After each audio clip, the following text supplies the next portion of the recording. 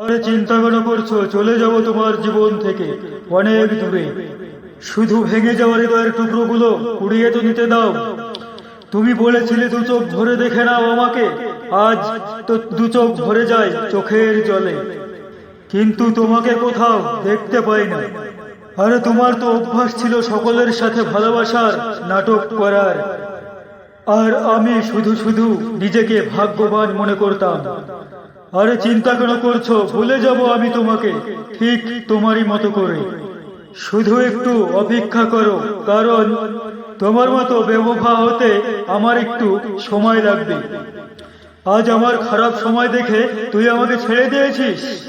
মনে রাখ, জীবনে এমন একদিন নিয়ে আসবো যে সেই দিন তোকে আমার সঙ্গে সময় নিয়ে দেখা করতে হবে।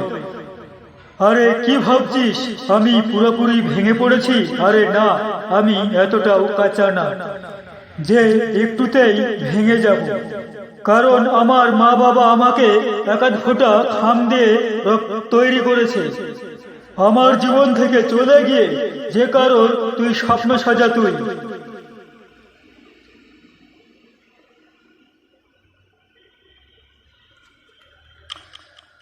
একটা কথা মনে রাখ, একদিন স্বপ্নের পাহাড় গড়ে তুলবো আমি। ভালোবাসার নামে যে ধোঁকা তুই আমাকে দিয়েছিস, এটা শুধু কষ্ট আর চোখের জলই নয়, অনেক কিছু শিক্ষাও দিয়েছে আমাকে। স্বপ্ন শুধু আমার নয়, তোরও একদিন ভাঙবে। শুধু অপেক্ষা কর, কারণ উপরওয়ালার ডেটা কখনো হ্যাক করা যায় না। স্বপ্ন দেখানোর অভ্যাস শুধু তোর নয়, আমারও আছে, কিন্তু আমি অন্য কাউকে নয়, নিজের মা বাবাকে দেখাতে শুরু করেছি যে আমি একদিন বড় মানুষ হয়ে দেখাবো। একটা তারা ঝরে গেলে যেমন আকাশ শূন্য হয়ে যায় না, ঠিক তেমনি একটা মানুষ জীবন থেকে চলে গেলে জীবন নষ্ট হয়ে যায় না। এটাই বাস্তবতা, আর এটা দেরিতে হলেও আমি বুঝে গেছি।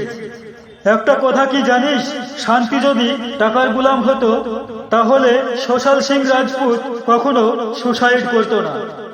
কখনো কারো মন নিয়ে খেলিস না, কারণ ওটা মন, পাবজি নয়। খেললে শুধু চার্জই নয়, জীবনও নষ্ট হয়।